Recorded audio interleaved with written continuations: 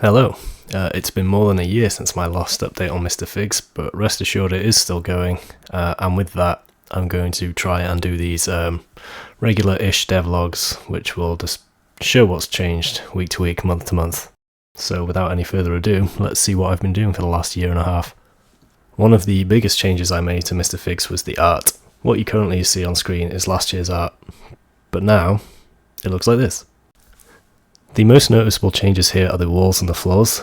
Everything else has also been changed, but I find that when I change the floor or the wall, because it's used throughout the level, it yields the biggest impact. So I'm always keen to fix those where I can.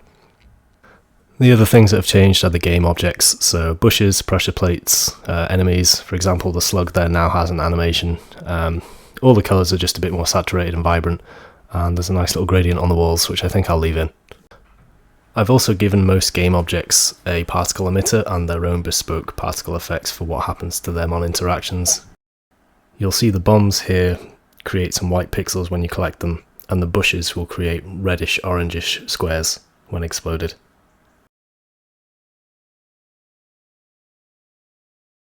Aside from visual effects, I've also added in this new mechanic. This is a rolling ball. When you push it for 1 to 2 seconds, it rolls up until it hits a solid. It has some other interesting mechanics, such as killing enemies, activating pressure plates and stopping bullets, but I won't show all of those here because I don't want to spoil too much of the game. I've also added a ton of new levels to the game. The levels displayed on screen currently probably won't make it to the end, so I thought it's safe to display them.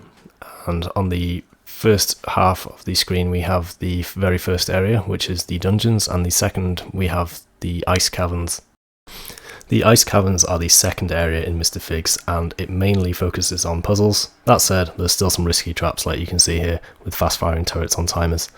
There's a few interesting mechanics. The pressure plates have been reworked on the second area just to twist the mechanics slightly. They now activate each other and can activate more than one spike at a time. And we've also added in some timed spikes, which are on a 1-second timer on this clip, though elsewhere they can be on any kind of timer they want. Lastly, for this devlog, you can see that I've updated the portal sprites. They are now these greenish purplish spirals which go inward. Again, the support for them and the logic behind them is exactly the same. Bullets can go through, as can figs and various other objects. Thanks for watching. If Mr. Figs seems like something you'd be interested in, please give it a wish list. I'm working on it quite heavily and expect it to be done in a few years' time.